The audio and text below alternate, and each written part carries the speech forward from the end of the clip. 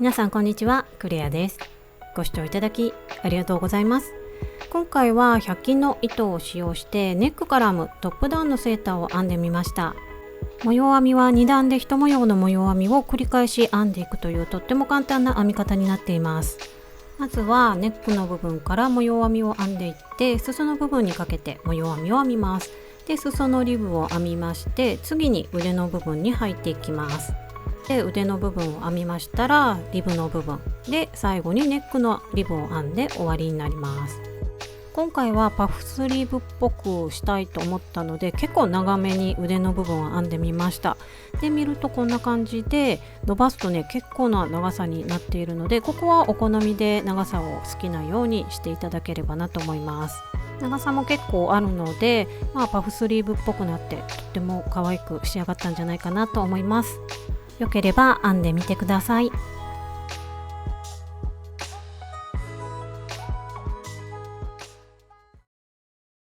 今回使用したのはダイソーさんで購入しましたシェノンという新しい糸になります。使用のカラーナンバーはこちらの104番のアイリスの糸を使用しました。で、この糸の材質はポリエステル 75%、アクリルが 13%、毛が 12% 入っていて 35g95 メートルの長さ、かぎ針は5号から6号が目安になっています。こんな感じの細身な糸になるんですけれども、今回はもうこちらのシェノンという糸、色味もねすごく可愛い色があって、アイリスという色と、それからグリーンの色、ホワイトの色と3色あります。私は今回こちらのねとっても綺麗なアイリスの糸を使用して編んでみました。で、この玉数なんですけれども、結構ねちょっと使いまして、16玉プラスこれ17玉目の半分ぐらいは残っているかなという感じになっています。で、冒頭で見てもらった通りに腕の長さのところが結構長めになっているんですね。これぐらいまで伸ばすと私の腕でくるんですけれども、私身長163センチぐらいあって、それぐらいになっているので、160センチ以下とかの方はもうちょっと短めにしていただくと、この玉数も減っていくんじゃないかなと思います。で、腕の長さもご自由に変えれますし、あと裾の長さもちょっと短めに今回はショート丈にはしてあるんですけれども、もうちょい長めにしたりとかもご自分で変えていただくこともできますので、お好きな長さでそのところは編んでいただければなと思います。それから今回使用する道具はこちらです。まずは段数マーカー、それからとじ針にハサミで、かぎ針は2本使用していきます。作り目を編んでいくときはですね、こちら上の方の6号針 3.5mm を使用で、本体ずっとリブとか模様編みを編んでいくときにはこの下の5号針 3mm を使用して編んでいきます。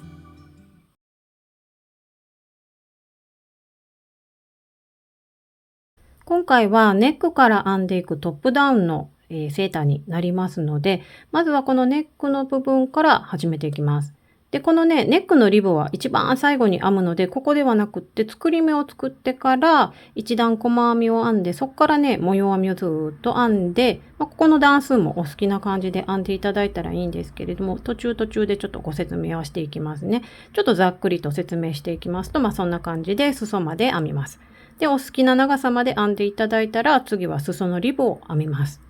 で、その次に腕の部分に入っていきます。まずはどっちでもいいんですけど、右と左どちらかのところをずっと模様編みを編みまして、で、手首のところ結構ね、長さを私は出して編んでしまっているので、この部分はちょっとね、ここで伸びがあったりとかするので、ちょっとね、短めの方がいいかなと思うんですね。でもこれはご自分でちょっと着用していただいて、どれぐらいがいいかなっていうのを見ていただいた方がいいかなと思うので、とりあえずはもうここの長さはご自分でお好きな感じで、ここから腕を編んでいくんですけれども、お好きな長さで決めてみてください。で、それから、一段だけ細編みを編んで、ちょっとキュッと手首のところを引き締めるような感じでパフスリーブっぽくしまして、手首のリブを編む。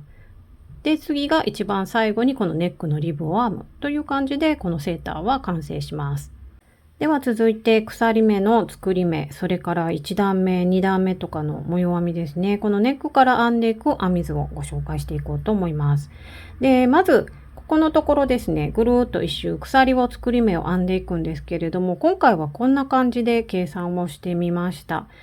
作っていく作り目の目数は116目になるんですけれども、18目で20目、38目、20目、20目という感じで、こちらが後ろ身ごろです。ここスタートが後ろ身ごろ。で、ずーっとこう編んでいくんですけれども、こんな感じで鎖を編んでいきます。で、後ろ身ごろが18目と20目で38目。で、左右のところが20目20目と前身ごろのところが38目で合計116目という、計算でしてみました。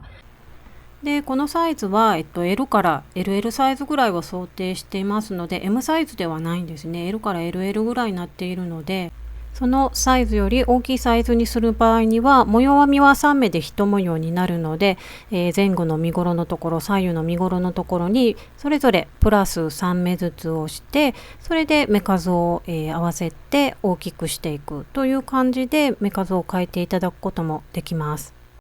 身ごろの大きさとかはそれぞれ編んだ後に測ってありますし、最初に大きさも出てるかなと思うので、そちらの方をご自分の服と合わせていただきまして大きさを比べてみてください。でまずスタートの部分から鎖もずーっと編みまして、で引き抜いて輪っかに鎖をします。そしたら1段目、ここですね、鎖を1つ立ち上げて細編みを順番に編んでいくのが、これが18目細編みを編むという感じですね。18目編んで、ここに細編みあると思うんですけど、編んでから鎖を2目編んで、次の目から、細編みをずっと編んでいきます。これが20目です。で、20目細編みを編んで、鎖を2つ編んで、次の目にまた細編みを38目分編む。という感じで、ぐるっと一周細編みを1段目編んでいきます。で、編みましたら、次からが模様編みに入っていくので、模様編みの1段目、模様編みの2段目として数えて編んでます。で、1段目と2段目のリピートで2段で1模様になっているので、この2段をずっと繰り返し編んでいくという感じになります。で、まず最初ですね。ぐるっと一周細編みを編んで、最初の細編みの頭に引き抜きましたら、鎖をですね、3目プラス1目で、4目編んでから同じ引き抜いた目のところに長編みを1目編みます。で、3目1模様になっているので、2つスキップした3目目。ここのところに1段目は長編み鎖、長編みを同じ目に編み入れる。で、また2つスキップした3目目のところに長編み、鎖、長編みを編み入れるという編み方でぐるっと編んでいきます。で、角の編み方はこれになるんですけれども、鎖2目編んだところに長編み、鎖、長編みを編んで、角になるところはもう絶対鎖2目編まなきゃいけないので、鎖を2目。で、長編み、鎖、長編みをこの鎖2目のところに編み入れるという感じですね。で、2つスキップした3目目のところに長編み、鎖、長編みという感じでぐるっと一周編んでいきます。ざっとしたご説明になるので、こんな感じで、聞いていただいて、動画のところでは詳しく説明してますので、そちらの方を見ていただければなと思います。で、1段目ぐるっと編んできまして、最初の3目目の鎖の3目目のところ、ここに引き抜きます。で、引き抜きましたら、次の4目目のこの鎖編みましたよね。ここのところに1回引き抜き編みで移動して、そこから鎖を3目立ち上げて、引き抜いたところ、鎖のところに側に入れて、長編みを2目編みます。2段目は、鎖のところに長編みを3目、長編みを3目ってそれぞれ編んでいく段になるので、これを編んでいきますね。で、この角のところなんですけれども、最後の長編み、鎖長編みのところの鎖のところに長編みを3目編みましたら、鎖2目のところに来ると思います。で、そこのところは長編み1目と鎖1目と長編み1目を編み入れます。なので、この図を分かっていただけたら、もうこれをずっと繰り返していったらいいだけになりますので、それをずっと編んでって、長さを出していく。で、腕のところの編み方も全く一緒になっているので、すぐに編むことはできるかなと思います。はい、こちらを踏まえまして、では実際に編んでいきたいと思います。それでは作り目は6号針 3.5mm を使用して編んでいきます。まず糸端は糸処理できるぐらいに残してもらって、で、途中で結び目を作ります。で、ここから116目鎖を編んでいきます。はい、鎖を116目編んできました。で、今回は2つ折りにして長いので測っていきたいと思います。0センチに端っこを合わせて、こんな感じで測っていくと、だいたい 32.5 センチぐらいの長さです。そうしましたら、一番最後に編んだ116目目の裏山のところにマーカーをつけておきます。で、これ輪にしてから一番最後に編み入れるところがこの目になりますので、目印としてつけておきます。そしたらですね、もうかぎ針を5号針に変えまして、このところをねじれがないように確かめて輪っかにしていきます。ねじれていないことを確かめたら、この鎖の裏山、ここに引き抜いていこうと思うので、この裏山のところをくるっとですね、今鎖が見えてると思うんですけど、くるっと向けまして、一番最後の裏山、ここにかぎ針を入れます。で、糸端は右にやっておいて、この状態で糸を手にかけまして、これで最後引き抜いていきます。では、ここから1段目、まずはぐるっと一周細編みを編んでいきたいと思います。ここがベースになるところになるんですけど、鎖をまず一つ立ち上げまして、引き抜いたところのこの裏山のところ、すごくね、今ちっちゃくなってるかなと思うんですけど、ここにまたかぎ針を入れます。はい。入れてから引き出してきて、細編みを1目。で、マーカーを頭につけておきます。で、つけましたら、次から順番に裏山に編んでいくんですけど、まずはこの目を入れて18目連続で細編みを編んでいきます。今1つ編み入れたので、次の目の裏山、かぎ針を入れて2つ目。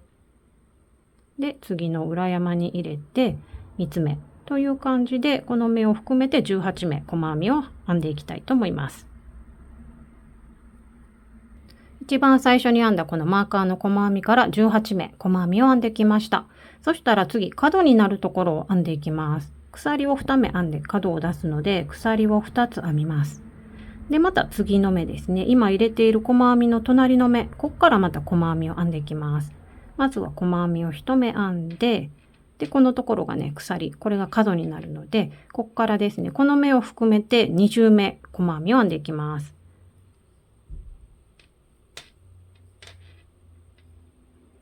鎖を編んだ後のこの細編みからずっと20目細編みを編んできました。そしたら次ですね、ここがね、今1個目だったら次2つ目の角を作っていきます。鎖を2つ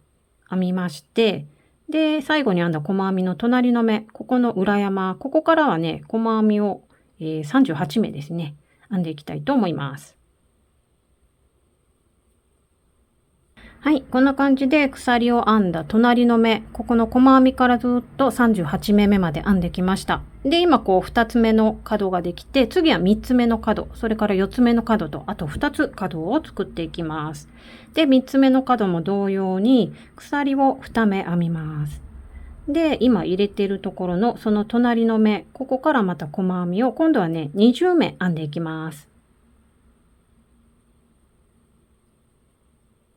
鎖の次の細編みから20目細編みを編んできました。そしたらここが一番最後4つ目の角になるところになります。4つ目の角の鎖を2目編みまして、今入れている隣のこの鎖の裏山、ここから最後の分ですね、20目鎖あると思うので、20目分の細編みを編んでいきます。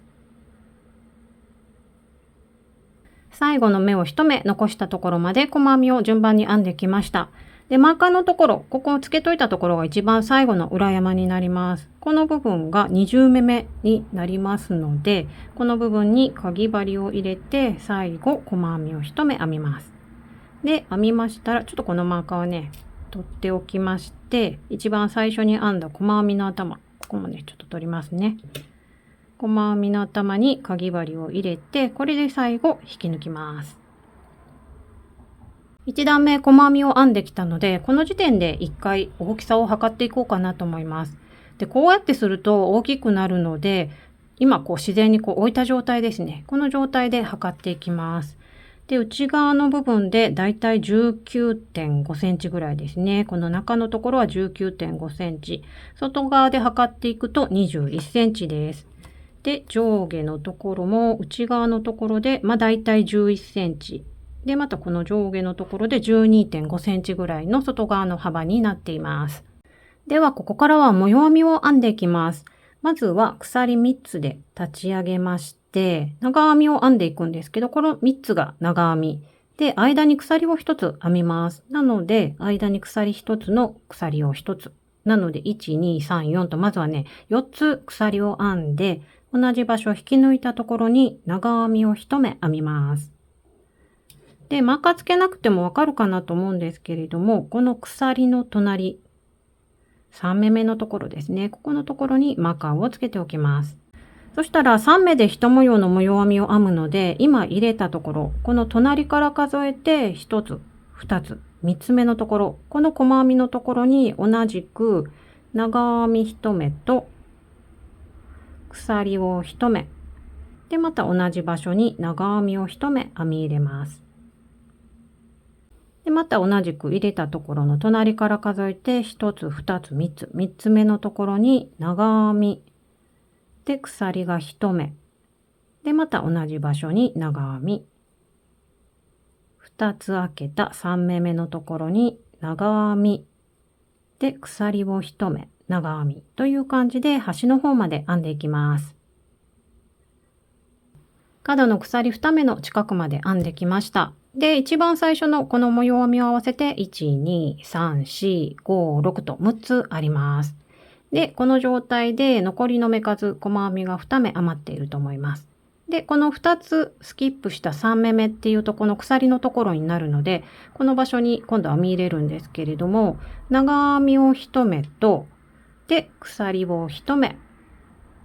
同じ場所にまた長編みを1目編み入れます。これ今と同じような編み方と思うんですけれども、これにプラスして、またこれ角になります。角のところはもう鎖2目でいこうと思うので、鎖を2つ編みまして、また同じ場所に長編みと、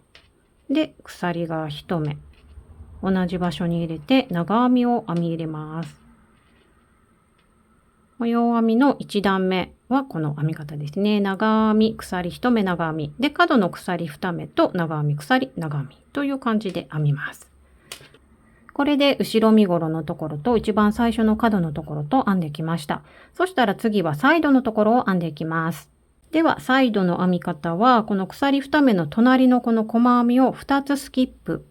3目目のところ、この場所から編んでいきます。同じ編み方になるので、長編み1目と鎖を間に1目。で、また同じ場所に長編みを1目。2つスキップした3目目のところ、ここに長編み1目。で、鎖が1目。同じ場所に長編みを1目。という編み方で、また次の角の近くまで編んでいきます。2つ目の角の近くまで編んできました。でですね、これをこういう風に向けて、これが角の編み方したところ、その隣のところからサイドになっているので、1つ、2つ、3つ、4つ、5つ、6つと、6つですね。この長編み、鎖長編みが入っています。で、残りの目数がこっちのところと同じように、細編みがね、2目だけ余ってるかなと思うんですね。で、また角のところになるので、角はこの同じ編み方になります。鎖2目のところに長編み1目と鎖が1目。で、また同じ場所に長編みを1目。編んだら、また角を出すために鎖を2目。で、同じ場所に長編み、鎖が1目、長編みという編み方で、この一番最初の角と同じ編み方をしていきます。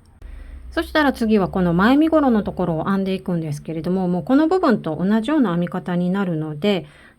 次の細編みから2つスキップした3目目のところ、ここから同じように長編み1目、で鎖1目、また同じところに長編みを1目編む。で、また編んだら2つスキップした3目目のところ、ここから長編み1目、鎖1目、で、また長編みを1目編む。という編み方で編んでいきます。で、編み方自体もここと同じような編み方になりますので、こちらを参考にしていただいて、ぐるっと一周編んでいきたいと思います。こんな感じでぐるっと一周編んできました。で、今は長編み、鎖、長編みを編んで、最後の目数は2目だけ残っているかなと思います。で、編めましたら、一番最初のマーカーの鎖の3目目のところ、このね、下の半目に入れます。ちょっと邪魔なので、こちらを先に取っておきます。で、3目めに入れたら、ここで引き抜いて、これで模様編みの1段目終了です。そしたら次、2段目はですね、同じ編み方ではなく、ちょっと変えて編んでいこうと思います。なので、今この鎖に、引き抜いたと思うんですけど、もう一つ隣にこれ鎖1目編みました。そのところにスポッとね、入れまして、側に入れて、引き抜き編みで1回左に移動させます。で、ここから鎖を3目。立ち上げて、同じ場所のところに長編みを2目編み入れます。で、鎖の3目目のところ、この場所にまたマーカーをつけておきます。そうしましたら、この段は長編みを3目を鎖1目のところに編み入れていこうと思います。また隣の鎖1目のところに長編みを3目。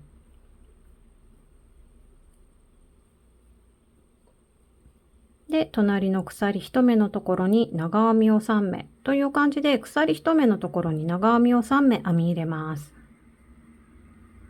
鎖1目のところに長編み3目を編んできました。で、今この端のところから数えると、1、2、3、4、5、6と6つ編んでることになります。そしたら次最後に鎖2目の手前のところ、ここまでね、長編み鎖、長編みがあると思うので、最後はこの鎖1目のところに長編みを3目。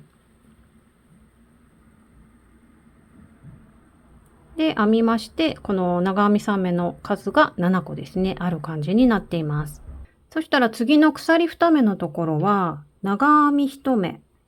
で、それから鎖を2目。また同じところに長編みを1目編み入れます。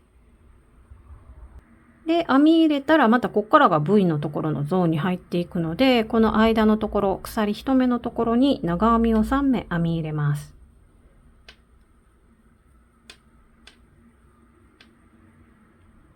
という感じで鎖1目、鎖1目のところに長編み3目を編み入れて端まで編んでいきます。ここから次の角の鎖2目の手前まで長編み3目を編み入れてきました。そしたら鎖、2目のところ、そのところは長編みを同じように1目と鎖を2つ、これが角になるので鎖を2目。で、また同じ場所に入れて長編みを1目編み入れます。そしたらここからはこっちと同じような編み方になるので、ここまで編んだら次の V の間、この鎖1目のところからまた長編み3目を順番に編み入れていきます。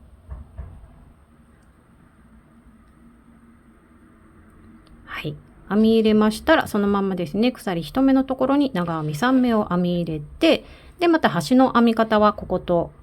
同じような編み方になりますので、同じような編み方をしてぐるっと一周編んでみてください。ぐるっと一周編んできました。で、最後はマーカーのところ、鎖の3目目のところに最後引き抜きます。模様編み2段分編んできたので、この時点でちょっと大きさをね、もう一回測っていこうかなと思います。まずは内側の部分で測りますと、約19センチぐらい。で、内側の上下のところが約11センチぐらい。一緒ですね。で、外側のところ、これが24センチですね。で、上下16センチちょいぐらいになっています。で、模様編み、この幅のところですね。これが 2.5 センチ。で、模様編みだけの部分で2センチぐらいになっています。では3段目からは模様編みの1段目と2段目、これをずっと繰り返してリピートして編んでいこうと思います。なので1段目なので、まずはですね、この真ん中のところまで引き抜き編みでいつも移動をしなきゃいけないんですね。なので移動で引き抜き編み1回します。で、真ん中の目まで来たら鎖を3目。で、また3目目のところ、わからない方はマーカーをつけていただけたらなと思います。で、つけたら間の鎖を1目。で、また同じ場所に入れて長編みを1目。で、そしたらまた長編み3目の真ん中の目に長編み1目と鎖が1目と同じ場所にまた長編み1目を編みます。で、こんな感じでまた端の方まで編んでいきたいと思います。端の方まで編んできました。で、今この模様編みが1、2、3、4、5、6、7と7つある状態です。で、余っている目数っていうのがこの2目ですね。余ってるかなと思います。真ん中の目に入れてるので2つ余っています。で、2つスキップした3目目のところにいつも編んでたと思うので、この鎖2目のところ、ここに長編みと、1段目と同じ角の編み方です。鎖を1目。で、また同じ場所に長編みを編みます。長編み、鎖長編みを編んだら角を出すのが鎖を2目。で、また同じ場所に長編みと鎖1目と長編みを編み入れます。で、編み入れましたらまたこちらの方に行くのは同じような編み方になりますので、この長編み3目の真ん中の目ですね。2つスキップした3目目っていうとこの真ん中の目になるので、ここに長編み、鎖1目、長編み。で、またこの3目中の真ん中の目、ここに長編み、鎖1目、長編みという風な感じで編んでいきます。で、またずーっと端の方まで編んでいきますと、またこっちと同じような編み方になるんですけど、この真ん中の目に長編み、鎖1目、長編みを編み入れたら、2つスキップした3目目っていうとこの鎖のところになります。で、鎖のところは1段目と同じでこの模様編みになりますので、この模様編みを編んでみてください。で、またここからは、この続きからはまたここからと同じリピートになるので、それを繰り返していただいて、ぐるっと一周編んでいただければなと思います。はい、ぐるっと一周編んできました。で、最後のところはこの長編み3目の真ん中のところに長編み鎖1目長編みを編んで鎖3目立ち上げたところの3目目に引き抜いて終わってます。では次の4段目はこの2段目長編み3目を編み入れたところと全く同じ編み方になります。なのでまず最初はこの鎖を1目編んだところ、ここに側に入れまして引き抜き編み1回で移動していたと思います。で、真ん中の目まで持っていったら鎖を3目。で、同じ場所にあと長編みを2目編み入れます。で、長編みの、立ち上げのところですね。鎖3目目のところ、もうわかるかなと思うんですけど、わからない方はつけてみてください。で、そうしましたら、この長編みと鎖、長編み2目と鎖のこの間のところですね。ここに長編みを3目。で、また隣のこの鎖1目のところに長編みを3目編み入れるという編み方で編んでたと思います。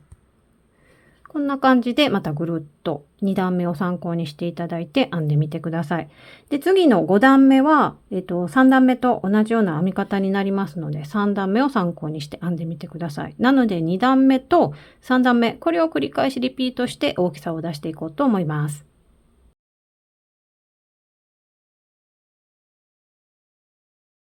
こんな感じで模様編みを7段目のここからスタートしているので半分のところまで編んできました。で、残りの糸があともう少ししかないので、ここで糸をつないでいこうと思います。で、今ここまで編んできてるので、次またこの長編み3目の真ん中の目に長編みを編みます。その時に変えようと思います。引っ掛けてから真ん中の目に入れて引き出して、最初の2本をかけてから引き抜きます。で、次の時に引き抜くので、新しい糸を用意しまして、こっちの糸端もだいたい一緒ぐらいに残しまして、今右手の方でこう押さえてます。で、糸をかけまして、こっちの手でね、また押さえ返して、これで引っ掛けて引き抜きます。はい、これで糸を変えれました。で、次が鎖になるので、鎖を1目もすぐに編んじゃいます。で、また同じ目に入れて、長編みを1目。という感じで、最後の長編みの一抜きの時に変えてみてください。で、変えた時にちょっと結んでおくと抜けにくいので、この場所を、私はね、いつもこんな感じで肩結びしてるんですけど、抜けないようにしていただければいいかなと思います。模様編みをこんな感じで18段目まで編んできました。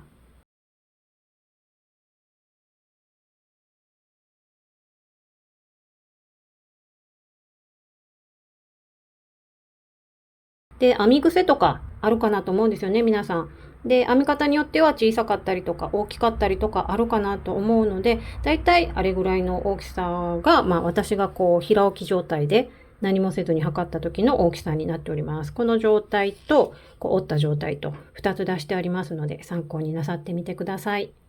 そしたら次はこの脇のところ、この部分を鎖でつなぎまして、身ごろの下の方を編んでいけるようにしていこうと思います。で、今終わっているのが長編み3目編み入れる段で終わっているんですね。なので次の段っていうのがこの V の編み方、長編み鎖1目長編み、この段で、編みまして、鎖でつないで、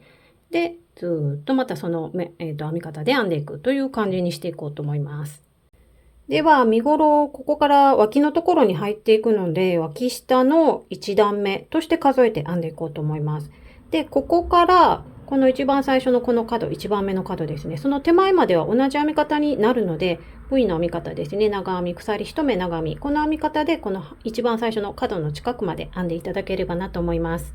ここから角の近くまで編んできました。で、今はこの鎖2目の手前のところですね。この長編み3目の間の目、ここに長編み鎖1目長編みを編んで終わってるんですけど、2つスキップして3目目のところにいつも編んでたと思うので、最後はこの鎖2目のところに長編み1目と鎖が1目と、で、また長編みを1目編みます。で、ここはもう角にはならないので、角だったらね、また下のこういう風な感じで入れなきゃいけないんですけども、終わりになるので、これを編み入れてから次鎖でつないでいこうと思います。で、鎖の目数は3の倍数で、これ3目で1模様になっているので、3の倍数でいくんですけど、今回は12目編んでから編んでいこうと思うので、まずはですね、1つ鎖を編みましたら、1目目って分かった方がいいかなと思うので、この1目目のところ、っていう分かりやすくするためにマーカーを、つけておきます。で、残り11目鎖を編んでいきます。鎖を12目編んできました。で、12目目のところ、ここにも鎖のところにマーカーをつけてあります。そしたら、これの反対側の方にまたこうつけなきゃいけないので、反対の方ですね、くるっと向けまして、この角のところ、この場所にまた同じく長編み1目と、で、鎖が1目と長編みを1目編み入れます。ずーっとここ編んできて、で、最後の角のところ、この編み方をして鎖を12目編んで、次の角のところに今、この模様編みで取り付けたという感じです。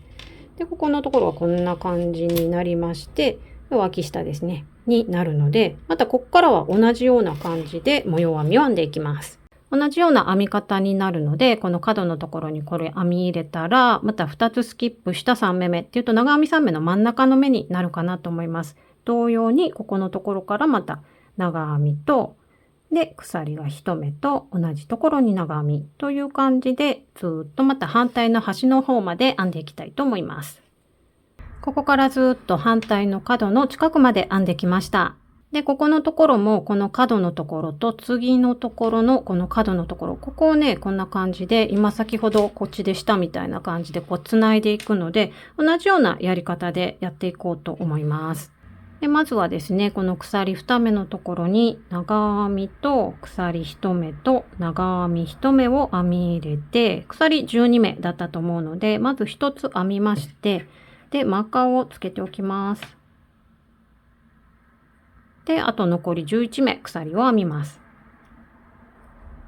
最初のこのマーカーの目も入れて12目鎖を編んできました。そしたら12目目のところ、ここもマーカーをつけとくと分かりやすいのでつけます。で、この反対のところの、また角のところ、このところに編み入れるので、ここに長編み1目と鎖が1目。で、また同じ場所に長編みを1目編み入れます。はい、これでつなげることができました。そしたら、ここからはずっと最後のところまでですね。この部分がまた同じような編み方になるので、ここのところを編んでいただいて、最後、この立ち上がりの鎖3目の3目目のところ、ここに引き抜くという感じで最後まで編んでいきます。ここからまた一番最初のところまで長編み鎖長編みの編み方で編んできました。で、最後は鎖3目目のところに引き抜いて終わってます。で、表に向けますと、こんな感じですね。になってつなげることができました。そしたら次2段目は長編み3目の編み方になります。その編み方で、同じように引き抜き編みで1回で移動して、鎖3目で立ち上げてという感じで長編み3目の編み方と同じような編み方で、この場所、ここですね。V の間、ここまで長編み3目を編み入れていくので、この辺りまでですね、同じような感じで編み入れてみてください。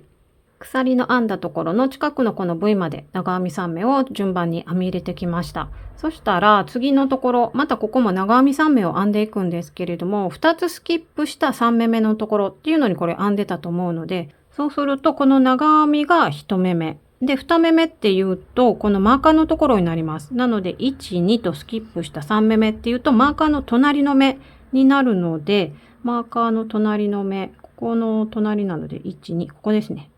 下半目に入れようと思います。鎖の。もうどこでもいいんですけど、お好きな場所でこれは大丈夫です。私は下半目のところに長編みを同じ目に3目編み入れます。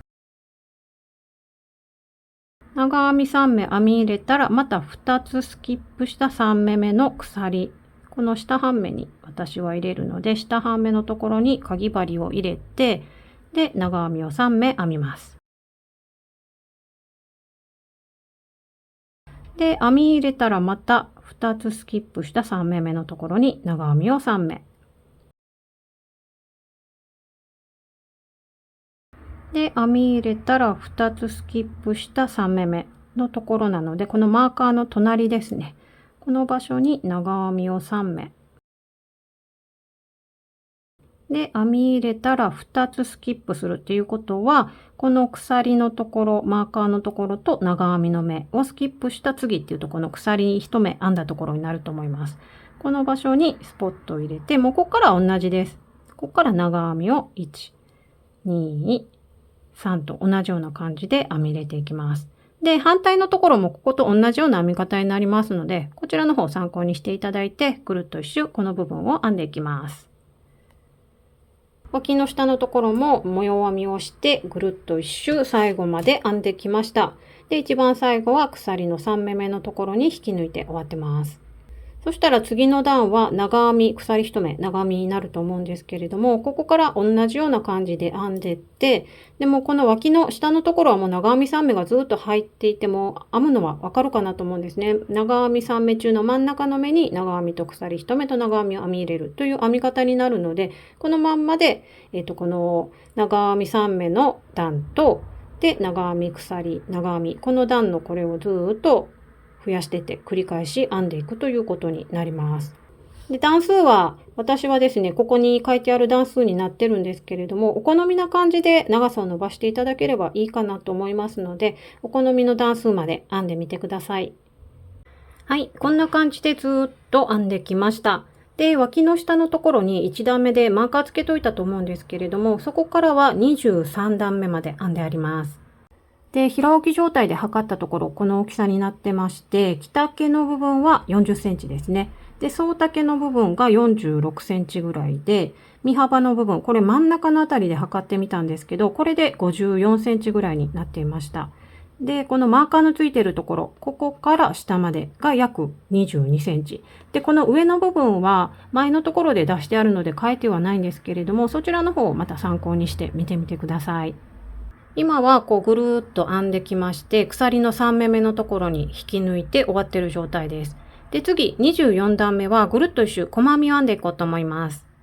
では鎖を1つ立ち上げまして、引き抜いたところに細編みを1目でマーカーを目印につけておきます。そしたら次は鎖になると思うんですけど、側に入れてこれで細編みを編みます。で、次は長編みの頭に細編み。で、次も長編みになるので、長編みの頭に細編み。鎖のところは側に入れて細編みという感じで、1目ずつ細編みをぐるっと一周編んでいこうと思います。はい、こんな感じで細編みをぐるっと一周編んできました。で、一番最初の細編みの頭に最後引き抜きます。そうしましたら次はこのまま裾のリブの部分を編んでいきます。では鎖を11目編んでからスタートしていきます。まずは1つ編みまして、折り返し編んでった時にちょっと1目目っていうのが分かりにくいので、1目目のところにマーカーをつけまして、あと残り10目鎖を編んでいきます。鎖を11目編んできました。そしたら1段目、鎖をまず1つ立ち上げまして、1、2、2目目のこの鎖の裏山、ここから順番に細編みを編んでいきます。でまず1つ編みまして、わからない方はマーカーを細編みの頭につけてください。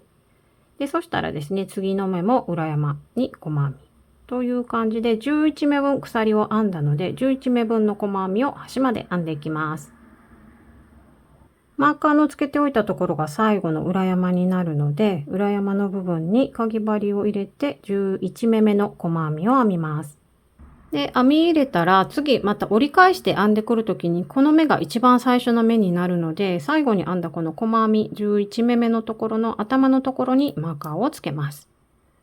で、そしたらね、次2つ移動していくんですけど、移動する目が今、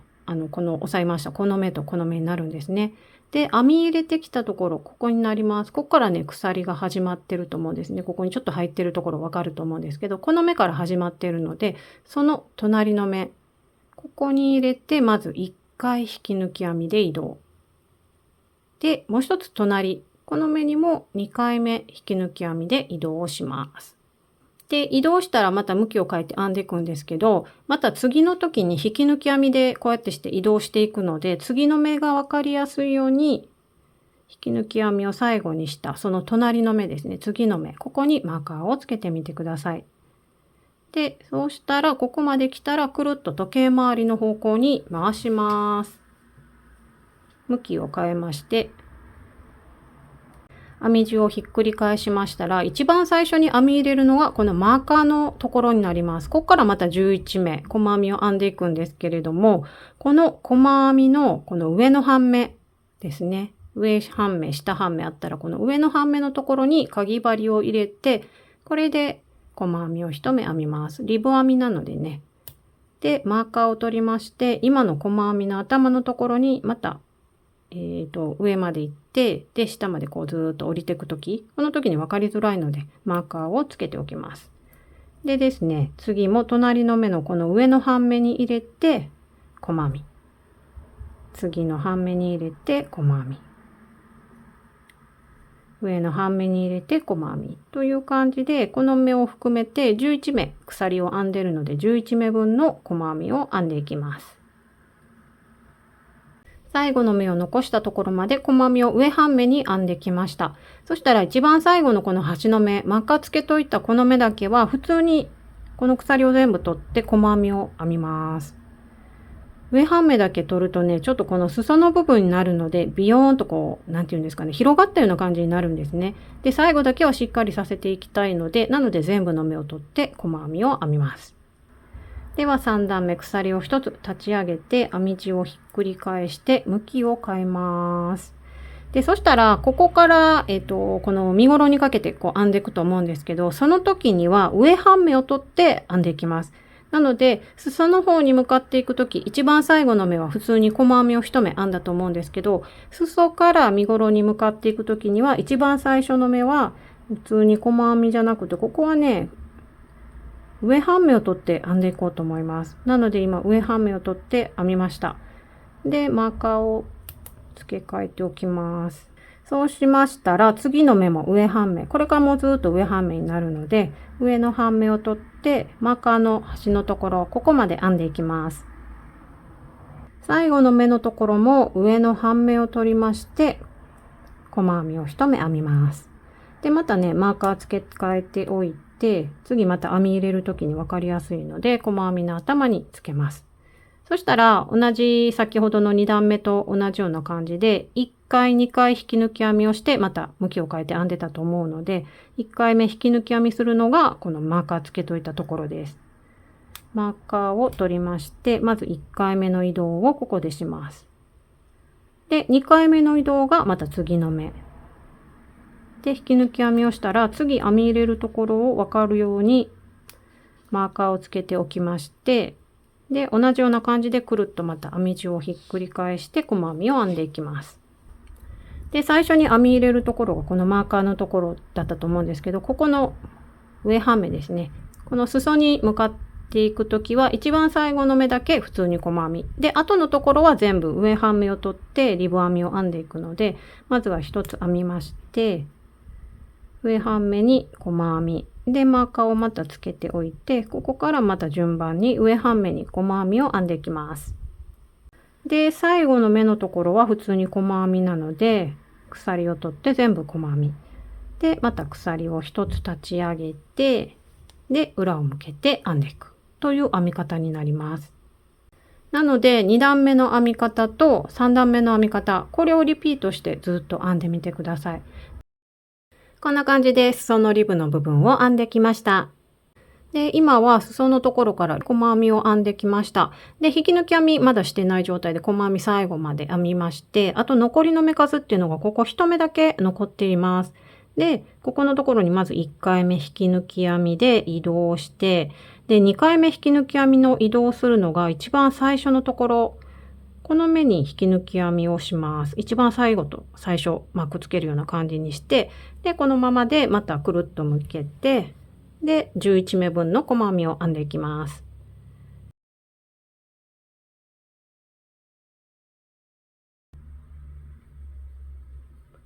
で、最後の目のところに細編みを編み入れたら、ここで終わりになります。で、引き抜き編みで戻るより、ちょっとかがった方がいいかなと思うので、この部分、かがろうかなと思います。で、3倍ぐらいあればいいので、ここからここまでで1倍、で2倍、3倍ぐらいですね、残しまして、カットしたいと思います。で、糸端は最後、鎖を1つだけ編んで、で、引き抜いてキュッと締めておきます。で、とじ針に糸端を通して、この最後の部分、かがっていきます。とじ針に糸端を通したら、こちらの方、今鎖がこうずらーっと見えてると思うんですけれども、これ右に半目1本と左に半目1本とあると思うんですが、こっちの右の方、内半目じゃなくって外の半目ですね。こちらを取っていきます。右の方は。で、この左の方、今これ編んできたところですね。これは、内側の半目。内側の半目っていうとこの中の方ですね。これをね、取っていこうと思います。で、まずは一番最後の目。ここを外側の半目を取りまして、で、こちらの方は内側になるので、内の半目を取ります。で、まず一つ、かがりまして、はい。で、ここのところはもう端っこになるので、あともう一回同じところに入れまして、もう一度ですね、キュッキュッとかがっておきたいと思います。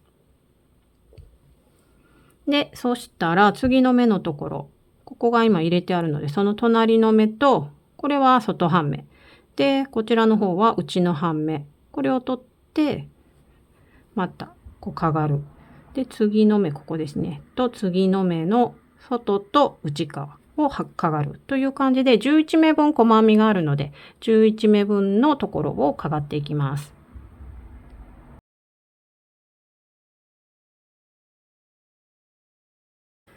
はい、11目分最後のところまでかがってこれました。で、そしたらですね、この、細編みの部分、ここに適当に入れまして、後ろの方に出します。で、ここで細編みの足のところにでもシュッと入れればいいかなと思うので、どうしようかな。これぐらいのとこですね。ここにちょっと入れておきます。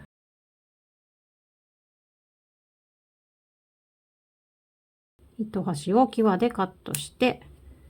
これで裾のリブのところが編めました。では続いて腕の部分を編んでいこうと思います。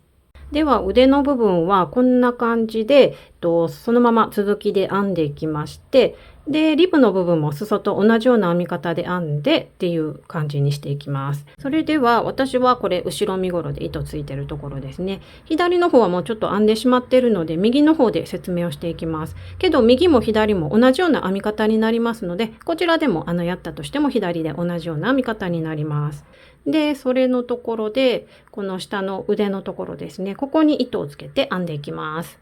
で、糸をつける場所なんですけど、ここが1、2、3、4、5とこっちの下の方に編んでた部分になるんですね。なので、反対向きにこうなってると思うんですけど、こんな感じですね。で、こっちのところが表に向いて、こっち長編み3目ってこうなってると思います。ここが繋いだところですね。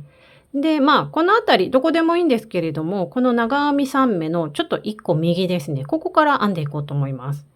では、この部分ですね。長編み3目のこの部分、ここにかぎ針を入れまして、糸端は後で糸処理する分残しまして、引っ掛けて引き出してきます。で、鎖を1つだけちょっと編んじゃって、これ引き締め分ですね。で、こっから鎖を1、2、3と立ち上げます。で、この部分は長編みを3目編み入れたところになるので、次の段っていうと長編み鎖長編みの段になると思うので、今これ鎖3目立ち上げたのが長編みとみなすので、次が鎖でもう一回同じところに入れて長編みを編み入れます。で、またマーカーをつけておきます。で、つけましたら次の隣のところも長編み3目、この部分にも長編みを編み入れて、で、鎖1目。で、もう一回同じ場所に長編みを編み入れます。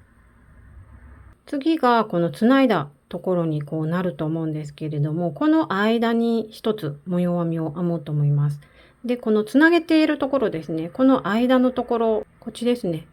とりあえず真ん中の間のところですね。ここに入れまして、で、長編み1目と、鎖が1目と、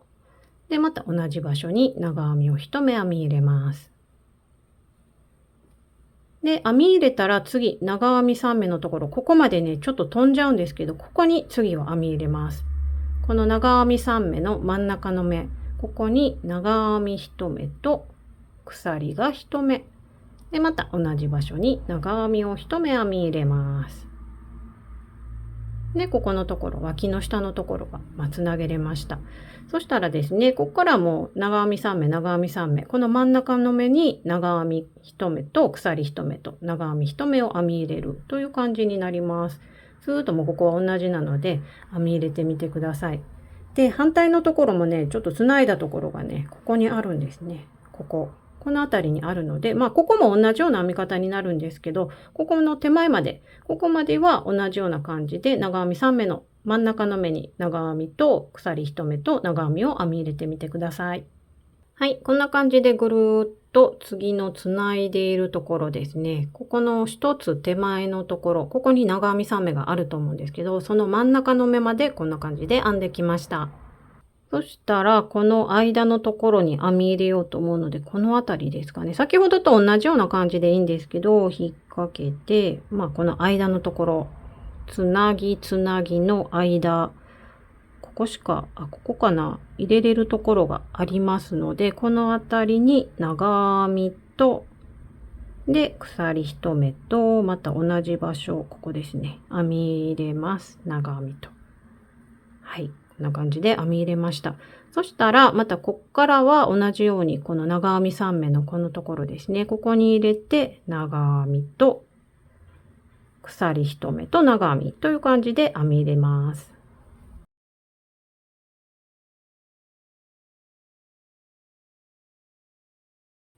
はい。こんな感じでつないでぐるっと一周編んできました。で、一番最初の鎖3目の3目目のところに引き抜きたいと思います。はい。これで1段目が終わりです。で、1段目ってわかるように、マーカーつけといてもいいかなと思うし、ここのね、ところの次ってわかるかなと思うんですけど、一応つけて、はい、置いてみてください。ここから1段目になります。で、そしたら次2段目です。2段目も同様な編み方にも次からはなりますので、1つ移動させて、引き抜き編みで移動、鎖を3つ、で、この場所に入れて長編みを3目っていうのはもう同じ編み方です。長編み3目じゃない、長編み2目ですね、最初は。で、3目目のところにマーカーをつけておくと分かりやすいので、わからない方はつけてみてください。そしたら次のところも同じように、この真ん中のところにスポットを入れて、長編みを3目。という感じで、ずーっと編んでいきます。ずーっと編み入れて、最後のここも長編み3目編み入れたら一番最初の鎖3目の3目目のところに引き抜く。で、次の段はこの V の編み方なので V の編み方をする。という感じで V の編み方、長編み3目、V の編み方、長編み3目。もうここの身ごろのところと一緒です。そんな感じでずーっと編んでいきます。もうお好きな感じの段数をこのあたり腕の長さとか身長で違うかなと思うので、ここは調節できますので、お好きな感じで段数をここは重ねてみてください。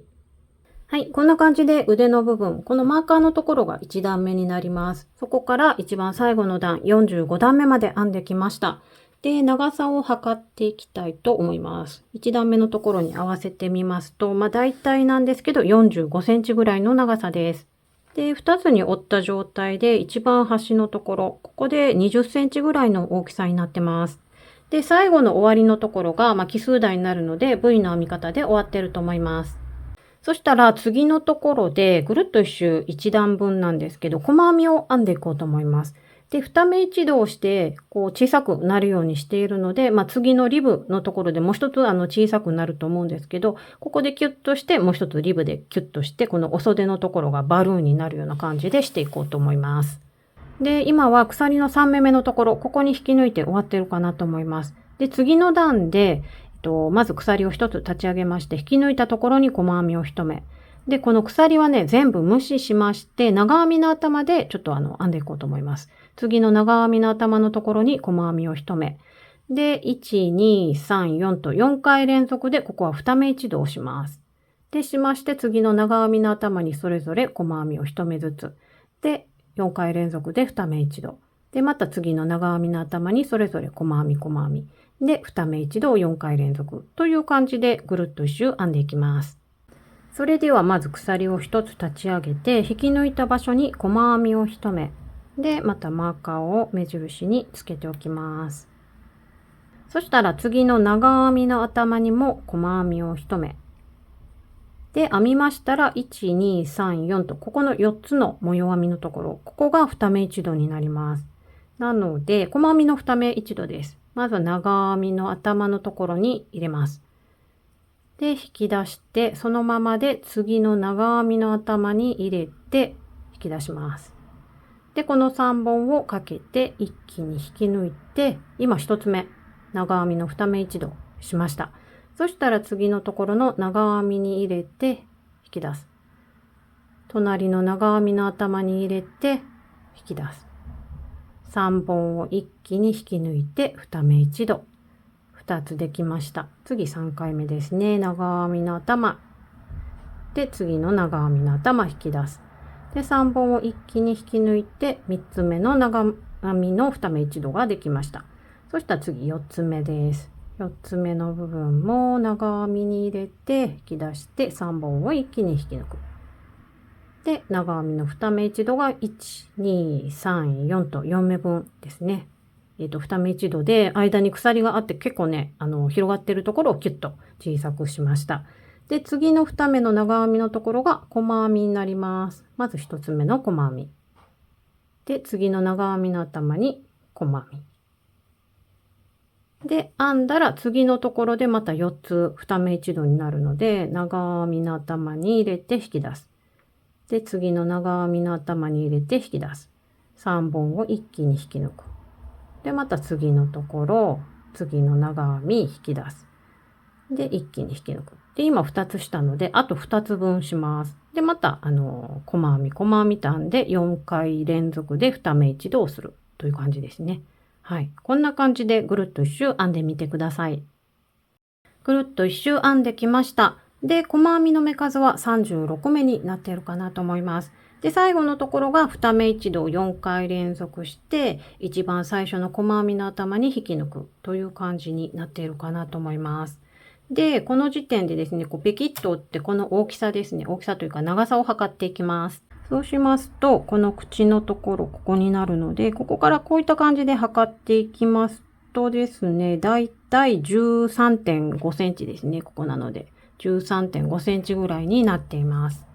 では、引き続いて、ここからはリボンを編んでいきます。で、裾と全く一緒の編み方になりますので、11目も一緒ですね。鎖を1、2、まず1つ目につけといた方が分かりやすいですね。今2目鎖編んじゃったんですけど、1目目のところの鎖のところにちょっとつけまして、1、2と編んだので、3、4、5、6、7、8、9、10、11と11目編みます。そしたら鎖を1つ立ち上げて、2目目のこの鎖の裏山、ここから細編みを編んでいくという編み方はもう全く一緒なので、ちょっとまたここでね、説明すると動画が長くなってしまうので、なので説明はしないんですけど、裾と同じ編み方をちょっとしていただいて、ぐるっと一周編んでいただければなと思います。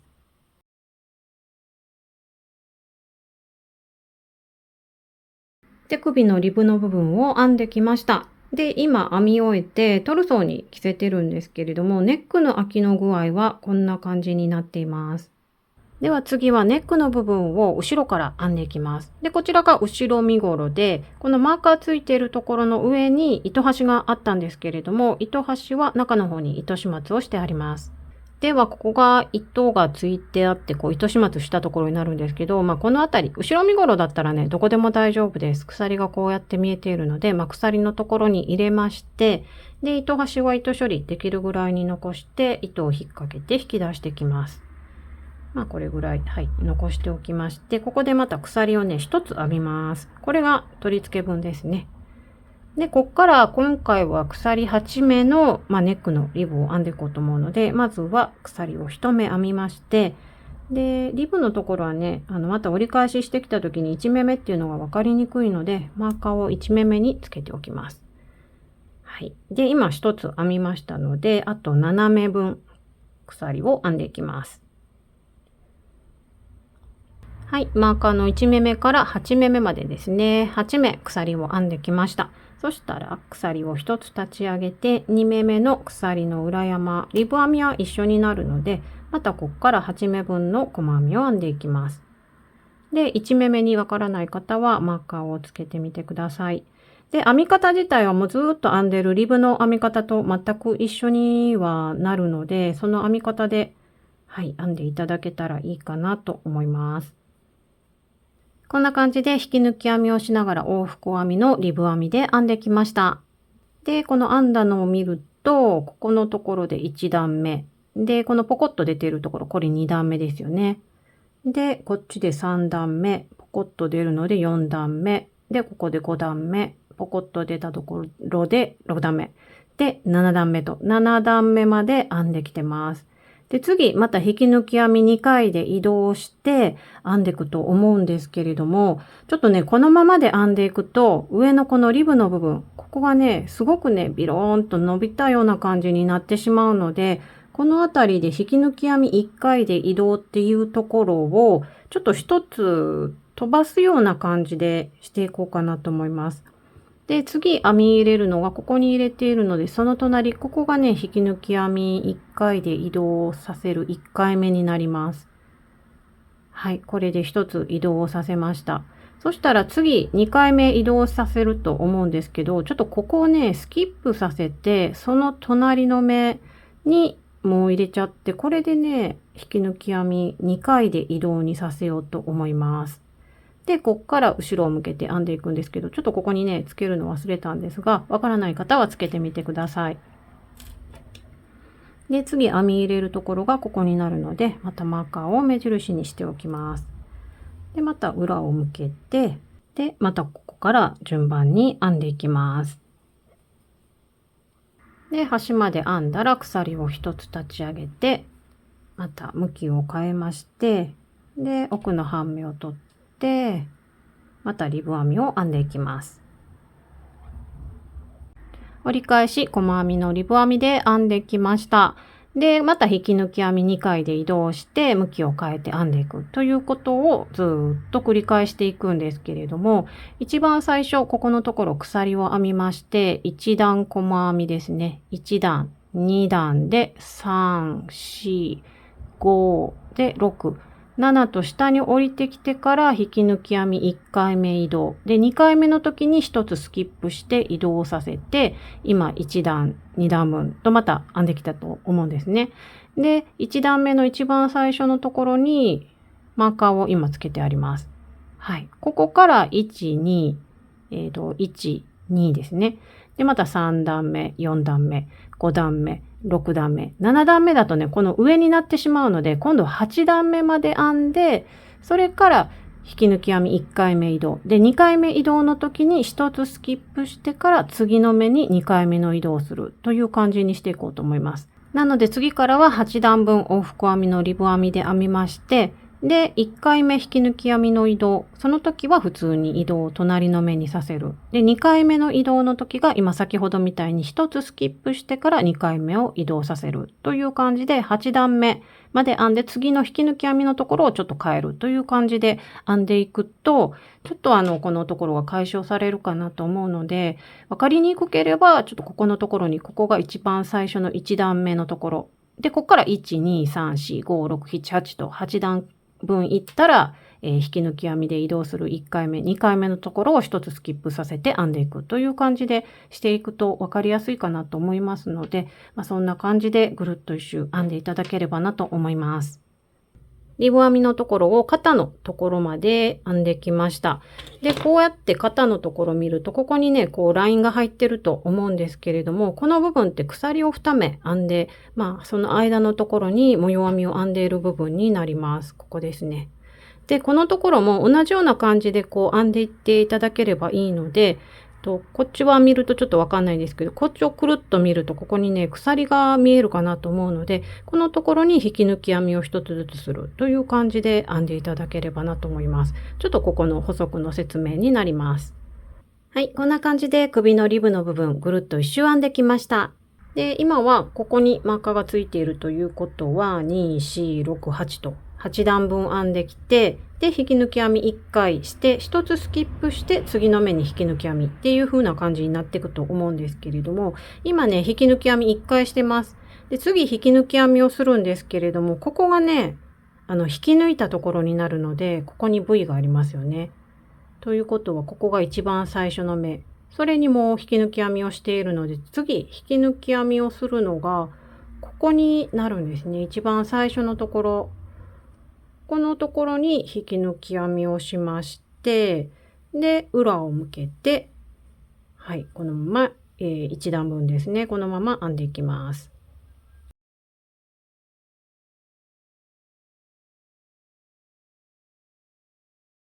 はい、最後まで編めました。そしたら首のここの部分は、かがってたかなと思うので、かがる分1、2、3と3倍分ぐらいですね、残しまして、ここでカットしたいと思います。で、この場所鎖を一つだけ編んで、シューッと引き締めておきます。で、このかがるやり方はリブのところでやったのと同じようなやり方なので、そんな感じで最後までしていただければなと思います。後ろのところをかがってきました。でも中のところに糸始末もしてあります。でですね、他にもいっぱいね、糸始末するところがあるかなと思うんですけれども、そちらの方を終えていただいたら、このセーターの完成になりますので、あともう少し頑張って最後まで仕上げてみてください。